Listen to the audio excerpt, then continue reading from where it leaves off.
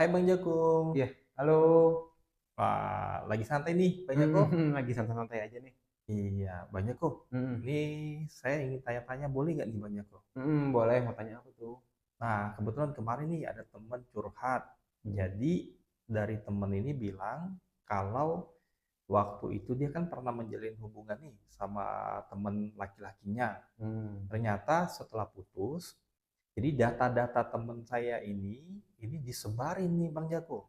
mmm. Nah, sebenarnya ada akibat hukum nggak sih terhadap penyebar data-data pribadi dari pacarnya ini atau mantan pacarnya ini?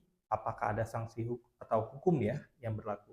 Nah, terkait perbuatan mengancam membocorkan rahasia atau aib oleh mantan pacar, hal ini sulit untuk dituntut dengan pasal pengancaman sebagaimana diatur dalam pasal 483 Undang-Undang Nomor 1 Tahun 2023, yaitu dipidana karena pengancaman dengan pidana penjara paling lama 4 tahun atau pidana denda paling banyak kategori 4, yaitu 200 juta.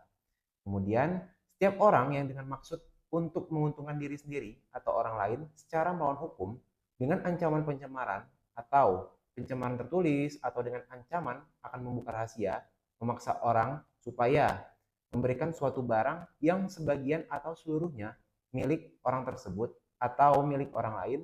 Nah, atau memberi utang, membuat pengakuan utang atau menghapuskan piutang. Tindak pidana sebagaimana dimaksud pada ayat 1 tadi hanya dapat dituntut atas pengaduan korban tindak pidana. Akan tetapi, jika si mantan pada akhirnya membocorkan sesuatu yang dianggap rahasia dan atau aib atau hal yang tabu dan hal tersebut mencemarkan nama baik Anda, nah Anda juga dapat menuntut atas dasar pencemaran nama baik yang diatur dalam pasal 433 Undang-Undang Nomor 1 Tahun 2023 yang berbunyi, setiap orang yang dengan lisan menyerang kehormatan atau nama baik orang lain dengan cara menuduhkan suatu hal dengan maksud supaya hal tersebut diketahui oleh umum, dipidana karena pencemaran dengan pidana penjara paling lama 9 bulan atau pidana denda paling banyak kategori 2, yaitu 10 juta rupiah. Nah, jika perbuatan sebagaimana dimaksud pada ayat 1 tadi dilakukan dengan tulisan atau gambar yang disiarkan, dipertunjukkan, atau ditempelkan di tempat umum, dipidana karena pencemaran tertulis dengan pidana penjara paling lama 1 tahun 6 bulan atau pidana denda paling banyak kategori 3, yaitu 50 juta. Perbuatan sebagaimana dimaksud pada ayat 1 dan ayat 2 tidak dipidana jika dilakukan untuk kepentingan umum atau karena terpaksa membela diri.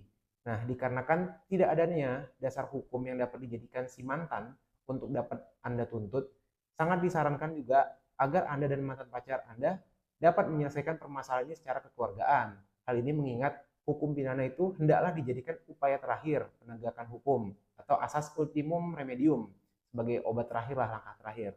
Nah, artinya apabila suatu perkara dapat diselesaikan melalui jalur lain, kekeluargaan, negosiasi, mediasi, atau melalui perdata, nah hendaklah jalur lain tersebut harus ditempuh terlebih dahulu.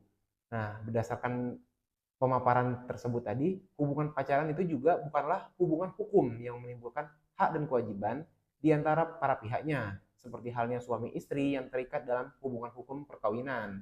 Sehingga apabila memang si pria atau si wanita berkehendak untuk mengakhiri hubungan pacaran ini, sampaikanlah secara baik-baik alasannya gitu.